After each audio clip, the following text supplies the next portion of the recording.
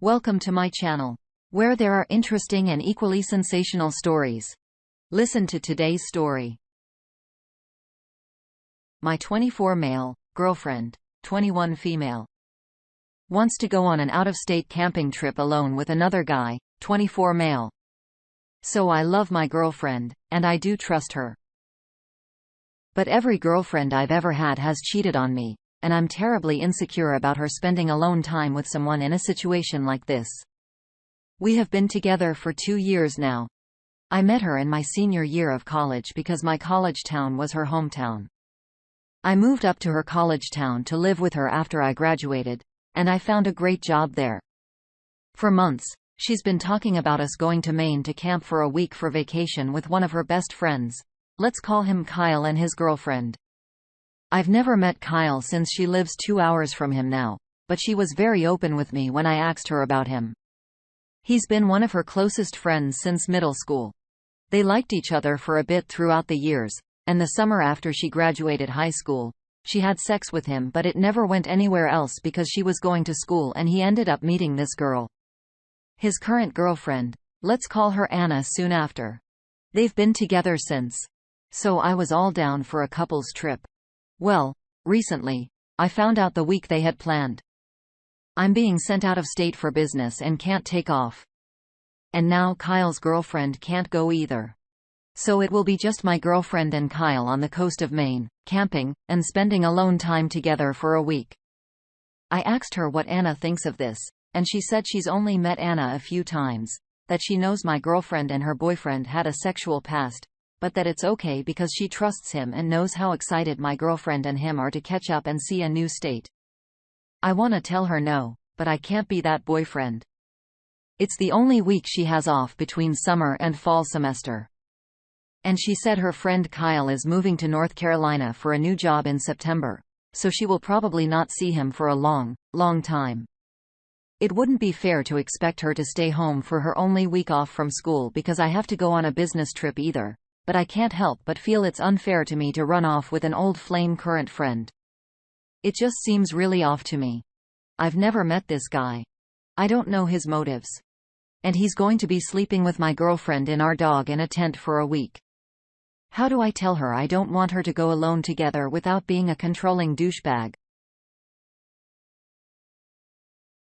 Let's get a quick comment from the community before we move on to the update. Armchair Anger says, I don't think you're unreasonable to be concerned by this. The fact that it explicitly began as a couple's trip and has now turned into due to outside factors. Yes, a trip between just her and him has me a little edgy to begin with, but the fact that they'll be sharing a tent puts it over the line to me. Would she be comfortable if you slept in the same hotel room as a former hookup for a week? Because barring the hiking and other outdoor activities, that's essentially the same scenario. Personally, I don't feel that this is you being controlling or a scenario where you don't trust her. The situation itself is what's become inappropriate.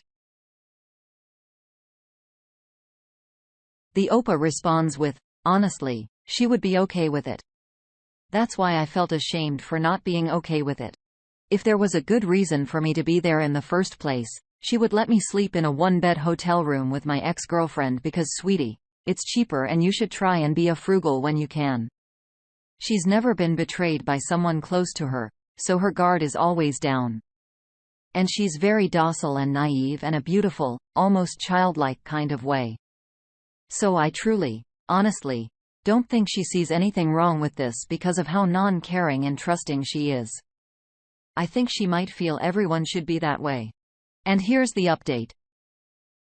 I decided to talk to her about my feelings and see how she dealt with them. Telling her she needed to re-expand it to a group trip and not share a tent alone with him. Here's how it went. So she comes home, and she's so excited to show me the new climbing gear she bought for that trip. Great. I tell her we need to talk about the trip and Kyle, and she looks a little worried. I prefaced the conversation asking more about her and Kyle's relationship. From what I gathered, they're closer than I thought, yet this actually reassures me. She was his rock when his dad died, and he was hers when her best friend committed suicide. He has a place in her heart as a lifelong friend that no one else can fill. And I have one in hers as a lifelong partner that no one else can either. I have to suck it up and live with that. She seems to really like Anna, and Kyle apparently really likes me from their talks. They're happy the other found a great person and realized they weren't compatible anyways and only tried it out of a lonely thing after both losing important people. I can live with that. So I tell her I know it's impractical, but I don't want her sharing a tent with him. She says that's fine and completely reasonable of me to ask and just wants to make me comfortable. She says she can try and pack lighter in other aspects. Cool. Then I tell her the trip itself makes me uncomfortable, and why doesn't she invite someone else? She mentions that's okay. She can invite her friend Allie, who she just got back from Colorado. They can just bring the 4-person tent again for them 3 and the dog if Allie wants to go. Oh, but Alice is a very hot, very promiscuous lesbian, and was my girlfriend's first sexual encounter. Nope. Anyone else? Oh, yeah. Her friend, Taylor, maybe. But she'd be kind of a drag. Oh, that's okay. You used to hook up with Taylor too. At this point, I realize it boils down to the fact that I am jealous, and I don't want my girlfriend alone with anyone who is attracted to her. Not because I don't trust her, but because I have this effed up mentality that I have to prove myself and be there to claim her or something. If I want this relationship to work, I have to force myself to get over that. This trip will help. So I tell her that, and she insists she doesn't have to go if I'm really that insecure. We can take baby steps and work on it together. No. I say, I want you to go. Enjoy your only week off. You earned it. So we decided we are going to drive down there next weekend to Kyle's. We're going to all hang out and properly meet, eat some dinner, drink some beers, play Cards Against Humanity. Then Kyle and I will go out to the bars and get to know each other. And her and Anna will do whatever they want to do. If I don't like him, I'll tell her, and we will call it off. I think this will really help and make me comfortable. In the end, my girlfriend's sexual past makes me uncomfortable, but I'm sure mine from my fraternity days scares a crap out of her too. But just like I only have eyes for her now, I know it's the same. She's still not going to sleep in the same tent as him and said she could probably rent some single tents from the University Outdoors Club. Way cool. You guys were all divided on whether to ask her to stay or let her go, but I think we found a good compromise to make us feel better and still let her go. And here's the final update. So we drove the 2 hours of Kyle's place so I could meet him and Anna. I was pretty nervous to meet this guy, but it was actually really nice. We all hung out for a bit, pounded back some drinks, talked, played a card game. I paid a lot of attention to the dynamic between those 3.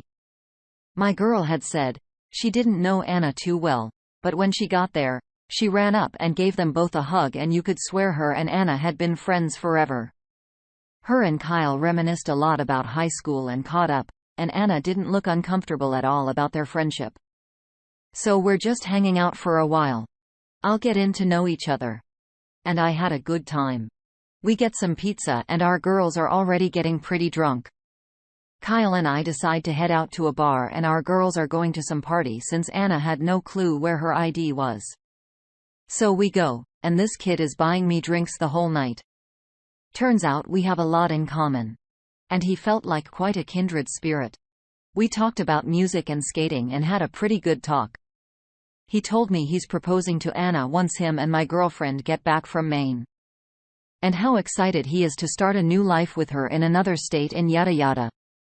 The drunker he got, the more he went on about how wonderful she was, which was pretty nice, I guess. He also talked a lot about how he's so sad we couldn't go anymore because he was looking forward to backpacking with us all, and it just won't be the same without Anna there, and how my girlfriend says it won't be the same without me there. At one point, there was a group of these really drunk girls trying to talk to us and invite them to their place to hang out. He pretty much told them to F off. When they left, he went on about how he hates sluts and the bar scene, and how on earth could people possibly find a connection with someone in one night. He tried to reassure me, him and my girlfriend had no feelings for each other. And them hooking up was a really effed up point in their life, and he's upset he even jeopardized a childhood friendship to make something like that in the picture at the time. That his dad had just died, and he was messing with heroin, that she had just lost her best friend to suicide and was self-harming, that they were effed up, lost, lonely, desperately trying to fill a void that really couldn't be filled at this point. He also told me he's really glad she found me and that I make her so happy. And that he hasn't seen her so happy in his life, that he really cares about her, so he's glad she's got someone who makes her light up the way I do. So we go to another bar. Both run into some friends and play some pool. This kid just kept buying shots against my request, and I don't really remember too much after this. I just remember waking up in the middle of the night on Kyle's futon alone. Rolling balls. It's like 4 a.m. I get up to use the bathroom to see where my effing girlfriend and Kyle and Anna are. His bedroom lights are on, and I hear these really weird noises, like gasping noises. I'm starting to worry. Get off the futon. Almost trip over Kyle, who is passed out on the floor. Okay. Go into his bedroom and there's my girl and his girl in his bed. You know where this is going, right? Yeah. They're watching a Walk to Effing Remember and crying and holding each other and wiping tears from each other's faces. I can't make this crap up. Apparently, we ended up going to this party after and meeting up with the girls and all doing a bunch of Molly together. I think everything went better than expected. When we got back home, Anna and my girl were texting constantly about how they wish they lived closer, and it's so rare to find girls they get along with and all this crap. So I decide, yeah, I'm definitely going to let her go on this trip, and I did. She ended up borrowing 2 single-person backpacker tents from people in her university outing club she's friends with. And off she went. I had a great time on my work trip. They stopped in an e-cafe once they got out of the woods to send us a big album of pictures, and it looks like they had a lot of fun. They found this place on the coast where the sand was all black, and my girlfriend brought some home for me as well as a really nice handmade hunting knife she bought from some old biker dude they met. They even took the time to draw this big picture in the sand that said, "We miss you, OP, and Anna," which I thought was sweet. I can say I truly honestly believe no form of betrayal happened from either party on that trip. This guy seemed like a really genuine guy when I visited. He posted pictures a few days ago of him proposing to his girlfriend and even texted me that he can't wait to see me and my girl at the wedding next summer. Anna and my girl still text all the time, and I really just find it hard to believe that, A, my girl would do that to Anna and still be her friend now. B, Kyle would cheat on someone he wants to marry. C, that my girlfriend and Kyle did actually have feelings for each other still, really feelings ever. And D, that Kyle was lying to me.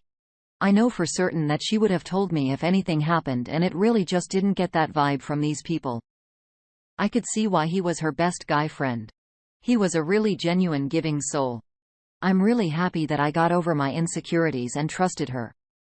I think this has made me a lot more secure in our relationship and don't think this was an emotional betrayal at all. I've learned to let her have her own life a bit more, and letting go has lifted a big weight off my shoulders. We're currently planning for a short winter trip to the Smoky Mountains over her Christmas break, just us. And I got my promotion, and I'm taking over the office in October. Life is good.